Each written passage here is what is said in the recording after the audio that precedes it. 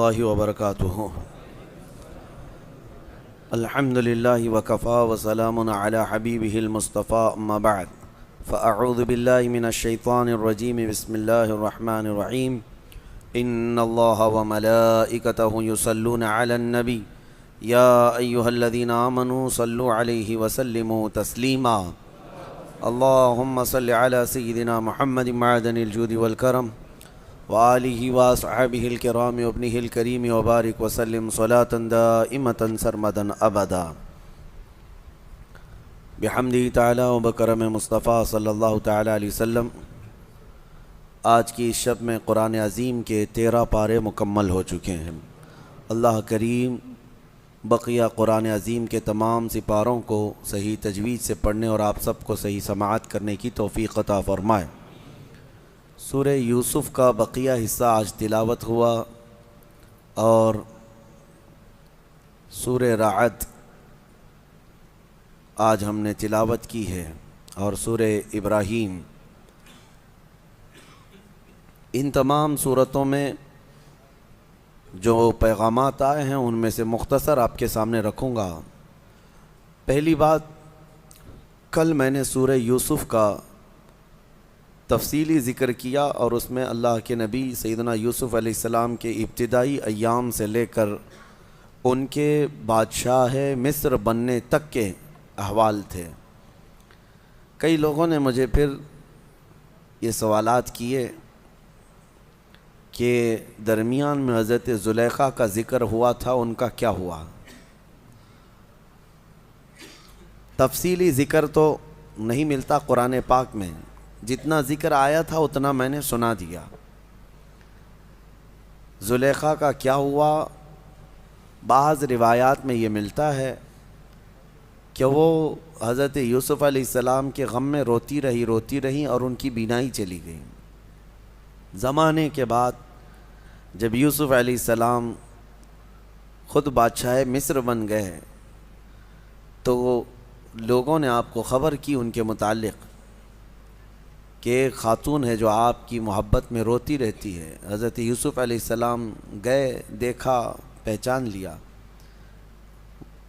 اور عمر زیادہ بھی ہو چکی تھی زلیخا کی، لیکن اللہ تبارک و تعالیٰ نے حضرت یوسف علیہ السلام کی دعا پر زلیخا کو آنکھیں بھی دی اور جوانی بھی دی۔ یہ تفصیلی ذکر قرآن پاک میں یا صحیح تفاسیر میں تو ہم نے نہیں دیکھا، بہرحال کچھ روایات ہیں۔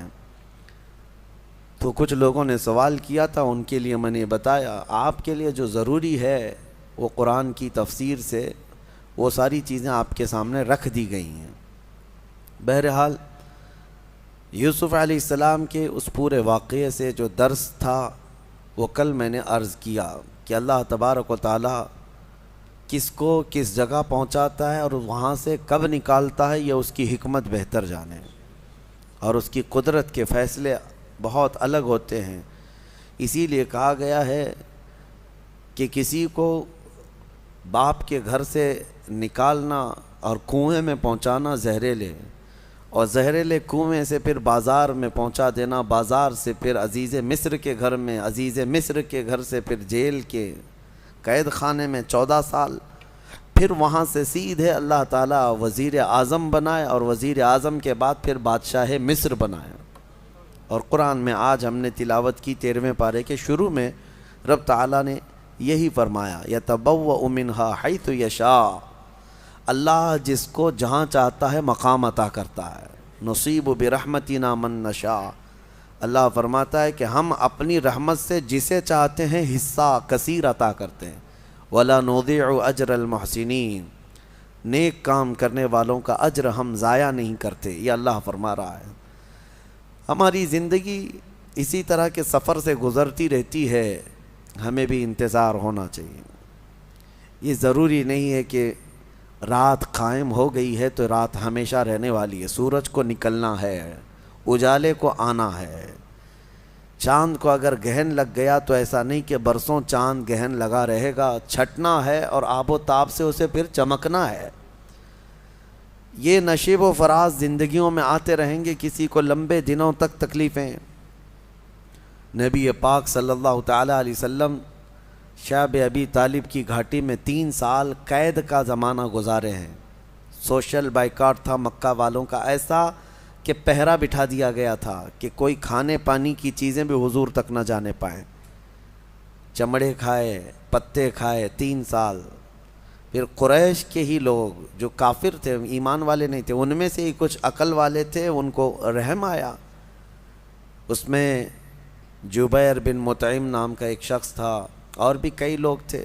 یہ آ کر کے مکہ میں حرم پاک میں وہ ایگریمنٹ انہوں نے پھاڑ ڈالا جو حضور پاک صلی اللہ تعالیٰ علیہ وسلم کے بائیکاٹ کے متعلق سارے مکہ والوں نے مل کے بنایا تھا۔ حالات ایسے تھے کہ حضور پاک صلی اللہ تعالیٰ علیہ وسلم کے سارے گھر والے اس تکلیف سے گزرتے رہے، لیکن کیا یہ شعب ابی طالب کی گھاٹی کا قید ہمیشہ رہا؟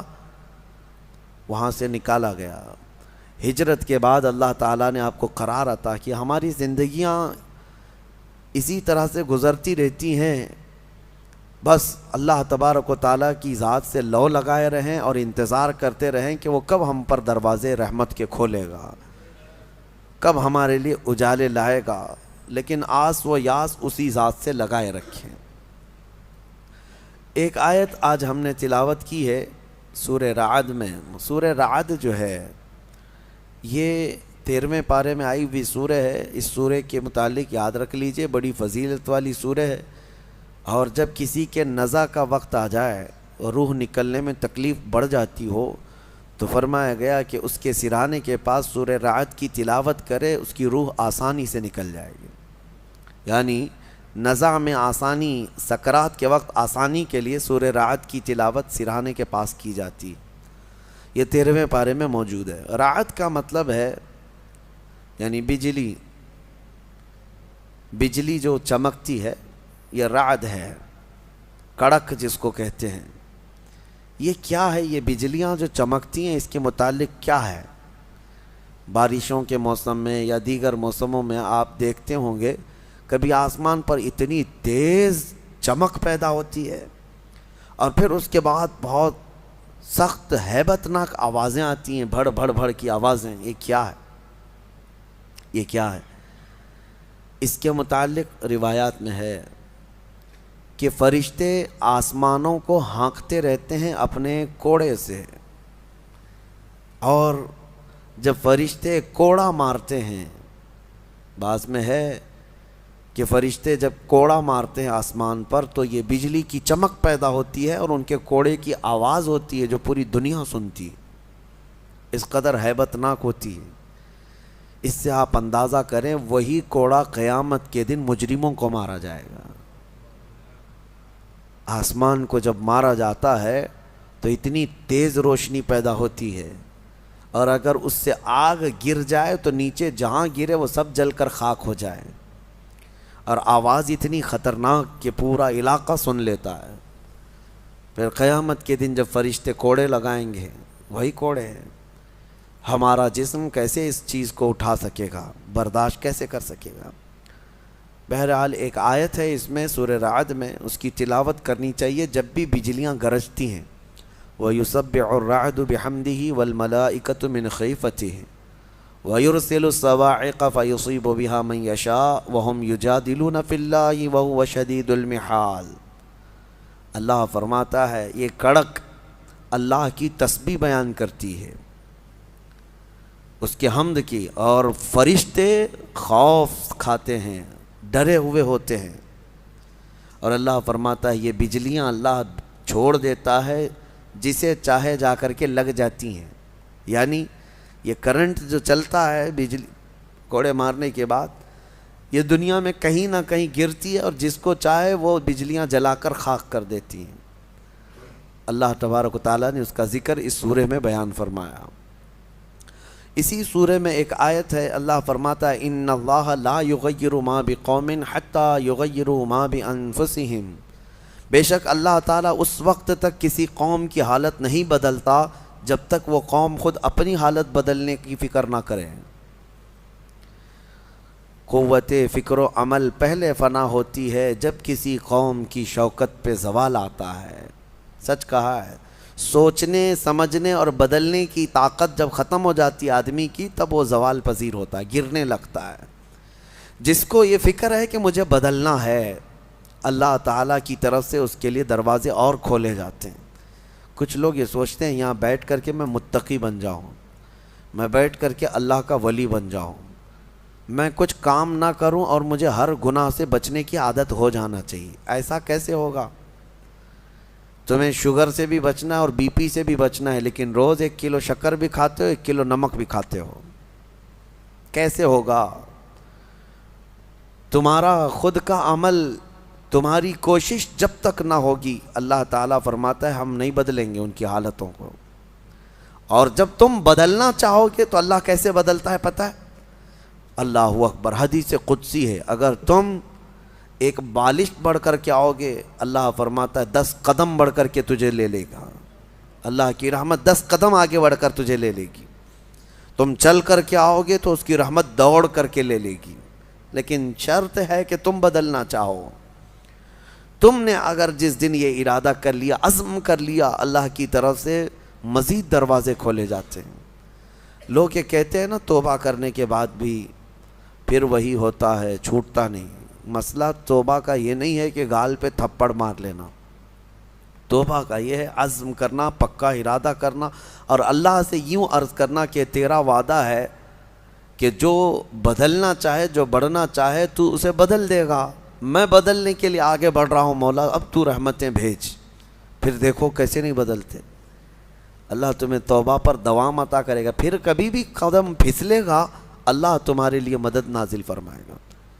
زندگی ہے، آخری سانس تک کچھ نہ کچھ خطائیں ہوتی رہتی ہیں، قدم جب بھی پھسلے گا لیکن مولا تمہیں توبہ کی توفیق ضرور عطا کرے گا۔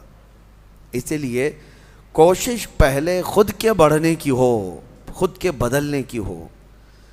ایک بات یاد رکھیں، ہمارے معاشرے میں اچانک کوئی ہوا نہیں آئے گی جو سب کو پرہیزگار بنا کے چلی جائے گی۔ ہمارے محلے میں کبھی ایسی بارش نہیں ہو جائے گی کہ اس بارش میں جتنے بھیگ جائیں گے سب اللہ کے ولی بن جائیں گے، نہیں، پرٹیکولر ہر ایک کو بدلنے کی کوشش کرنی ہوگی، تبھی انقلاب آتا ہے۔ ایک ایک آدمی بدلنے کی سوچے اور پھر دیکھے انقلاب آتا ہے۔ ریولیوشن یوں ہی آتا ہے، لوگوں کی چینجنگ سے آتا ہے۔ میں آپ کو بتاؤں، بدلنا چاہے تو اللہ تعالیٰ کیسے بدلتا ہے۔ آپ نے سنا ہے بشر حافی کے متعلق، بغداد میں شراب کا کام کرتے تھے، شراب کا کاروبار تھا۔ ایک بار انہوں نے ایک تحریر جس میں بسم اللہ لکھی ہوئی تھی، وہ زمین پر کیچڑ میں گری ہوئی تحریر کو اٹھا کر چوم لیا اور گھر پہ لا کر اوپر رکھ دیا۔ اللہ کو یہ ادا پسند آئی، اور اس کے بعد اس زمانے میں موجود ایک بزرگ کے خواب میں میرے آقا صلی اللہ علیہ وسلم تشریف لائے اور کہا جاؤ بشر کو اللہ کا سلام پہنچاؤ، جبکہ وہ شراب کا اڈا چلاتے تھے۔ تو اس بزرگ نے یہ سوچا کہ میرا یہ وہم ہوگا، 3 دن مسلسل خواب دیکھا، اس کے بعد آ کر کے بشر سے کہا اے بشر مجھے نہیں معلوم، لیکن مسلسل 3 راتوں سے میں خواب میں رسول اللہ کو دیکھ رہا ہوں، اللہ کی طرف سے تجھے سلام پہنچانے کا حکم فرما رہے تھے۔ تو مسلمان لیکن بھٹکے ہوئے، راستہ چینج تھا۔ اسی وقت اپنے شراب خانے سے باہر نکلے، چیخ مار کر کی یوں عرض کرنے لگے مولا تو یقیناً رحیم و کریم ہے، ستار ہے، ایک بسم اللہ کے ٹکڑے کی میں نے عظمت کی اور تو رب العالمین مجھے سلام بھیجتا ہے، لیکن اتنا ہی نہیں کہ ایک سلام آیا اور پھر اس کے بعد اپنا دھندا چلتا رہا۔ بشر حافی نے عزم کر لیا تھا، ارادہ کر لیا تھا کہ پلٹ کر کے میں اپنے اڈے کو دیکھوں گا نہیں۔ وہاں سے جو نکلے ننگے پیر نکلے اور زندگی بھر ننگے پیر ہی چلتے رہے، پھر چپل پہنے ہی نہیں، کیونکہ چپل چھوڑ کر کے باہر آئے تھے اس بزرگ سے ملنے کے لیے، اسی حالت میں نکل آئے۔ تو جب کسی کا پکا ارادہ ہوتا ہے تو اب اللہ تعالیٰ نے ان کے لیے ایسے دروازے کھولے، اللہ اکبر، وہ بغداد کے قطبوں میں شمار ہوئے ہیں، قطب الاقطاب تھے، اللہ کے ولیوں میں تھے۔ اور حد تو یہ ہے کہ ایک بزرگ نے دیکھا بغداد میں ایک کتے نے راستے پر پیشاب کیا ہے، پخانہ کیا شہر کے راستے پہ۔ اس بزرگ نے فرمایا جاؤ دیکھو آج بشر حافی کا انتقال ہو گیا ہوگا۔ تو لوگ جا کر کے معلوم کیے تو صحیح میں اسی دن حضرت بشر حافی کا انتقال ہوا تھا۔ اس بزرگ سے پوچھا کہ آپ کو کیسے خبر ہوئی؟ کہا کہ جب تک بشر حافظ زندہ تھے پورے بغداد کے کسی راستے پر کوئی جانور پیشاب و پاخانہ نہیں کرتا تھا، اس لیے کہ وہ ننگے پیر چلا کرتے تھے۔ اللہ نے ہر راستے کو ان کے لیے پاک کر رکھا تھا۔ یہ ہے رحمت الہی، جب بدلنا چاہے بندہ مولا اس کے پیروں کو بھی چلنے کے لیے پاک راستے عطا کرتا ہے۔ میرے عزیزو، اسی لیے اعلیٰ حضرت نے ترجمہ بھی کیا کیا اہدنا الصراط المستقیم کا، کیا اللہ تو سیدھا راستہ دکھا نہیں چلا، کیونکہ اب میں چلنے کی کوشش کر رہا ہوں، میں آ گیا ہوں، نماز میں آیا ہوں، یہ سیدھا راستہ ہی تو ہے، لیکن اب آگے اے مولا تو چلا۔ جس کی بھی یہ دعا قبول ہوئی مولا کریم اس کو آخری سانس تک ہدایت پر رکھے گا، چلائے گا۔ لیکن میرے عزیزو، بنیاد یہی ہے، قرآن کی یہ آیت ہمیں بتاتی ہے تمہاری طرف سے شروعات ہو، پھر اللہ کریم کی طرف سے رحمتیں کھل جائیں گی۔ گھر میں بیٹھ کر کے صرف لوگ جو آسان نسخے چاہتے ہیں، واٹس ایپ میں دیکھو ابھی وظیفے بھرے ہوئے ہوں گے، ہر جگہ سے انسٹا میں واٹس ایپ میں اتنے وظیفے آتے ہیں جو اللہ کے ولی بنا دیں گے 2 گھنٹے کے اندر۔ یہ پڑھنے سے وہ ہو جائے گا، وہ پڑھنے سے یہ ہو جائے گا، دوسروں کا مال کھاتے رہو اور وظیفے کرتے رہو، لوگوں کو ٹوپی ڈالتے رہو اور یہاں 100 وظیفے پڑھتے رہو، ان وظیفوں کا اثر نہیں ہوگا، تمہارے اندر سے تبدیلی ہو۔ حرام کھا کر کے تم 1000 بار بھی پڑھتے رہو تو تمہاری زبان سے کوئی جملہ آسمان تک نہیں جائے گا۔ تمہیں ان تمام چیزوں کو چھوڑ کر کے پھر دیکھو، آپ کو پتہ ہے محبوب الہی رحمۃ اللہ علیہ کے پاس ایک شخص آیا، کہا میری بیٹی کی شادی ہونی ہے، کچھ دے دیجئے۔ انہوں نے کہا جا باہر کچھ ڈھیلے پڑے ہوں تو لے آؤ۔ وہ 3 ڈھیلے لے آیا، آپ نے کچھ پڑھ کر کے دم کیا، لے جا اس کو۔ اس نے دیکھا ڈھیلے دیے، لیکن باہر آ کر دیکھا تو وہ سونے کے تھے۔ اس کو لے جا کر کے اس نے اپنی بیٹیوں کی شادی کی، کافی قیمت والے تھے اس وقت سونے کے ڈھیلے، لیکن محبوب الہی نے 3 بار قل هو اللہ احد ہی پڑھا تھا، بس صرف 3 بار قل هو اللہ احد کا سورہ پڑھ کر کے دم کر کے دے دیا تھا، لے گا جاؤ۔ اب اس نے بیٹیوں کی شادی تو کی، لیکن نسخہ تو ہاتھ میں آ گیا تھا نا، گھر میں بہت سارے ڈھیلے جمع کر لیا، بہت سارے پتھر اور اینٹ بھی لا کر کے بیٹھا اور رات میں قل هو اللہ احد پڑھنے لگ گیا۔ 3 بار تو چھوڑو، 100 بار ہو گئے، آنکھ کھول کر کے دیکھتا تھا وہ ڈھیلا ڈھیلا ہی تھا، بدلتا ہی نہیں تھا۔ 1000 بار ہو گیا سورہ اخلاص، 1000 بار کے بعد بھی وہ ڈھیلے ویسی رہے۔ وہ دوسرے دن اٹھ کر کے آیا، سوچا کہ پتہ نہیں اور کیا پڑھے تھے، پوچھا محبوب الہی سے کہ آپ کیا پڑھ کر کے مجھے دیے تھے؟ کہا 3 بار قل هو اللہ احد کا سورہ پڑھ کے دیا تھا۔ کہا میں 1000 بار پڑھا، ابھی بھی ڈھیلا ہی ہے۔ تب آپ نے فرمایا تھا تیری زبان اور ہے، میری زبان اور ہے۔ اللہ کریم اس کے ان بندوں کی ہر بات کی لاج رکھتا ہے جو اس کے لیے بدل جاتے ہیں، اس کے لیے چھوڑ دیتے ہیں ہر چیزیں۔ یقیناً آج آپ کے لیے بھی بہت ساری ہیں دعائیں، آپ کی مستجاب ہوں گی، اللہ آپ کی زبان میں اثر عطا کرے گا۔ اس کے لیے کچھ چیزیں چھوڑنے کی کوشش کرو، اس کے لیے کچھ نہیں بلکہ بہت ساری چیزیں چھوڑنا ہے۔ حرام چھوڑنا، میں آپ کو بتاؤں، یہ تو مسلمان کے لیے فرض ہے۔ بعض لوگ یہ کہتے ہیں میں شراب نہیں پیتا، پرہیزگار آدمی ہے، چوری نہیں کرتا، پرہیزگار آدمی ہے، جوا نہیں کھیلتا، پرہیزگار آدمی ہے۔ نہیں، شراب نہیں پیتا، جوا نہیں کھیلتا، چوری نہیں کرتا، پرہیزگار نہیں، مسلمان ہے بس، مسلمان ہے بس۔ شک کی چیزوں سے بھی بچتا ہے تب پرہیزگار ہے، حرام چیزوں سے بچتا ہے تو مسلمان ہے۔ مسلمان کے لیے اتنا تو کرنا ہی ہے۔ جو شک والی چیزیں ہیں ان سے بھی بچتا ہے تب وہ اتقیاء میں ہے، پرہیزگاروں میں ہے۔ بہرحال اللہ کریم ہمیں خود کو بدلنے کی توفیق عطا فرمائے۔ آج پوری امت کے لیے یہ چیز ہے، پوری امت کے لیے۔ کاش ہمارا یہ پیغام ہر نوجوان تک پہنچے جو شب قدر میں اور جمعہ کی بھیڑ میں اور نہ جانے کتنی راتوں اللہ کی بارگاہ میں دعا کرتے رہتے ہیں، اے اللہ امت پر رحم فرما دے۔ ٹھیک ہے، دعا ہونی چاہیے، لیکن کیا صرف اور صرف ہم دعا کرتے رہیں اور اپنے آپ کو کبھی نہ بدلیں، کبھی نہ بدلیں؟ جتنے لوگ اس بھیڑ کی دعا میں شامل ہوتے ہیں تو پھر وہ اپنے آپ کو تبدیل کیوں نہیں کرتے؟ اللہ کی بارگاہ میں مانگ کر تو جاتے ہیں بھیک، فجر میں نہ نمازوں میں ان کا کوئی شمار ہے، نہ پھر رمضان کے احترام میں ان کا کوئی حصہ ہے۔ مجھے یہ بتاؤ، شوق سے ویڈیو ادھر سے ادھر پھیلاتے رہتے ہیں، ایک ویڈیو پتہ نہیں کتنا سرکولیٹ ہوتی ہے۔ ابھی میں دیکھ رہا تھا ایک امام کو کچھ آتنکی بھگوا لوگ چاقو سے ایسے قتل کر رہے ہیں، بے دردی کے ساتھ مار رہے ہیں، خون بہہ رہا ہے، داڑھی بھی کاٹ دیا، سب کچھ کر رہے ہیں، اور یہ سارے واٹس ایپ پہ گھومتی رہتی ہے ویڈیوز۔ اس سے پہلے بھی دیکھا ہوگا آپ نے بہت سارے اس طرح سے ظلمن مارنے والی ویڈیوز، دیکھا فارورڈ کر دیا، دیکھا فارورڈ کر دیا۔ کیا اتنا احساس بھی مر گیا کہ ان تمام چیزوں کو دیکھنے کے بعد خود کو بدلنے کی کوشش کرتا؟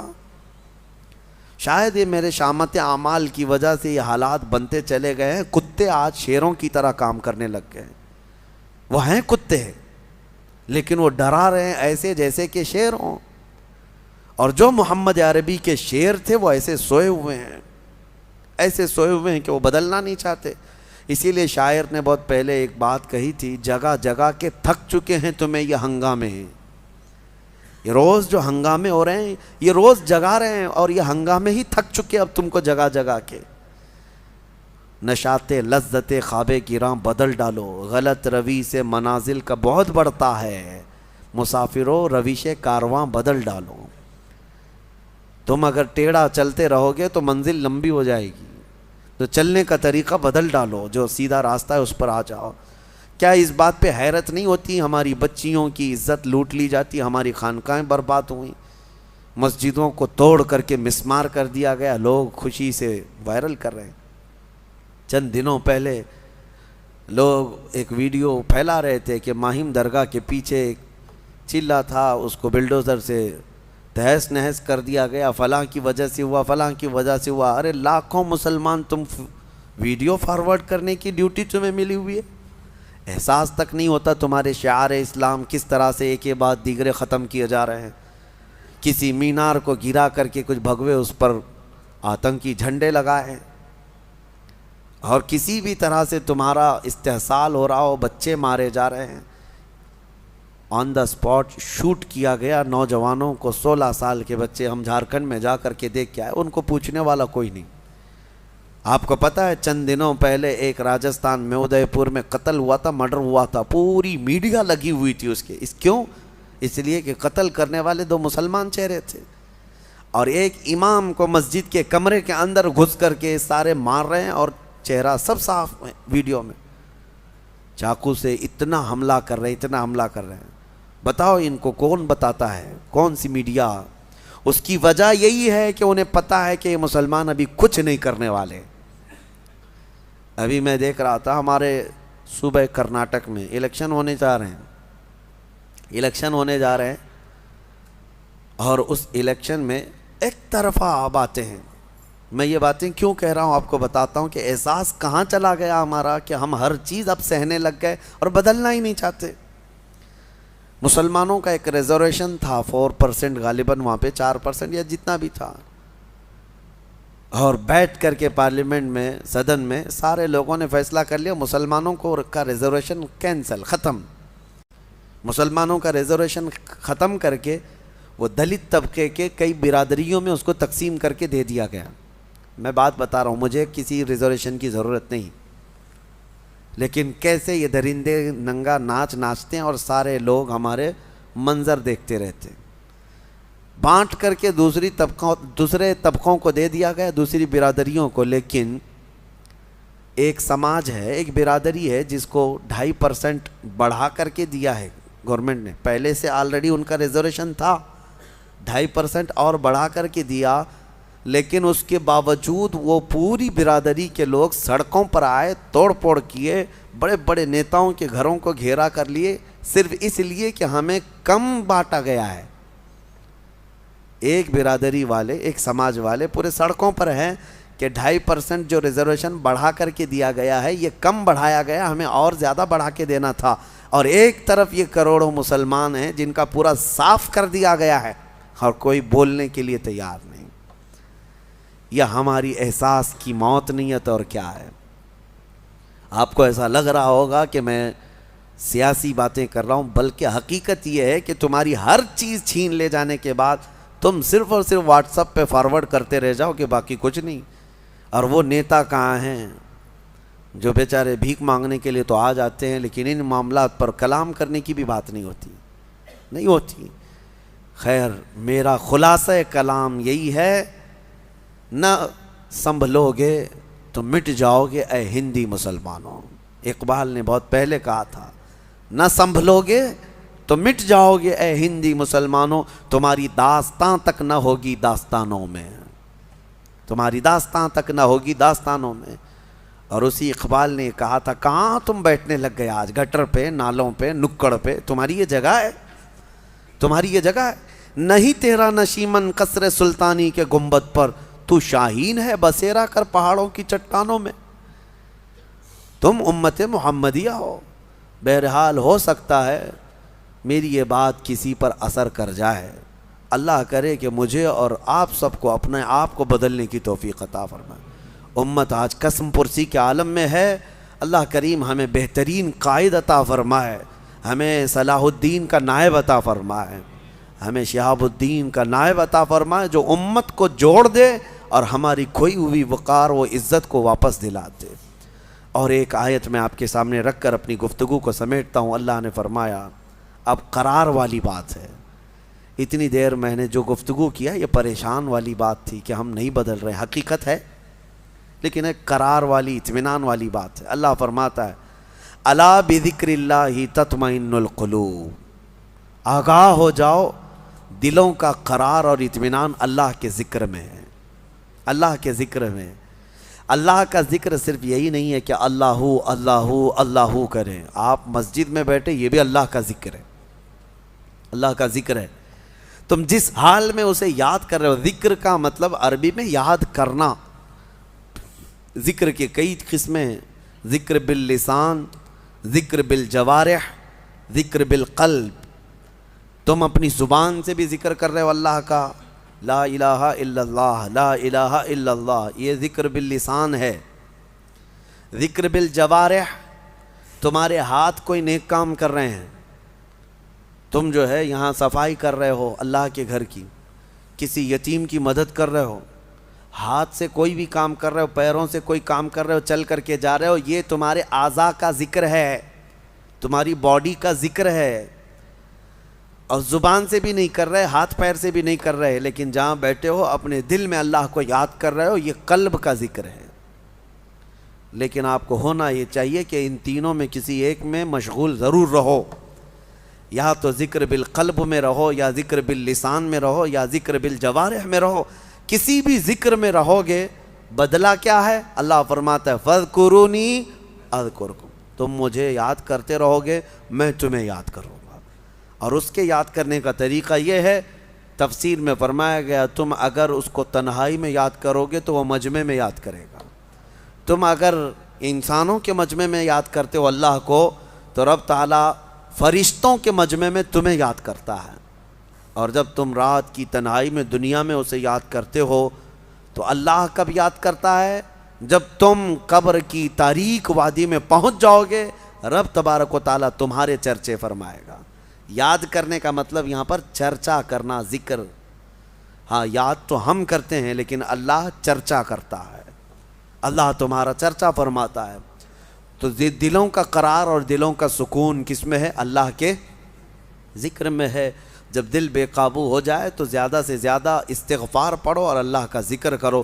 اللہ ہمارے دلوں کو اطمینان عطا فرمائے اور ہمارے دلوں کو سکون عطا فرمائے.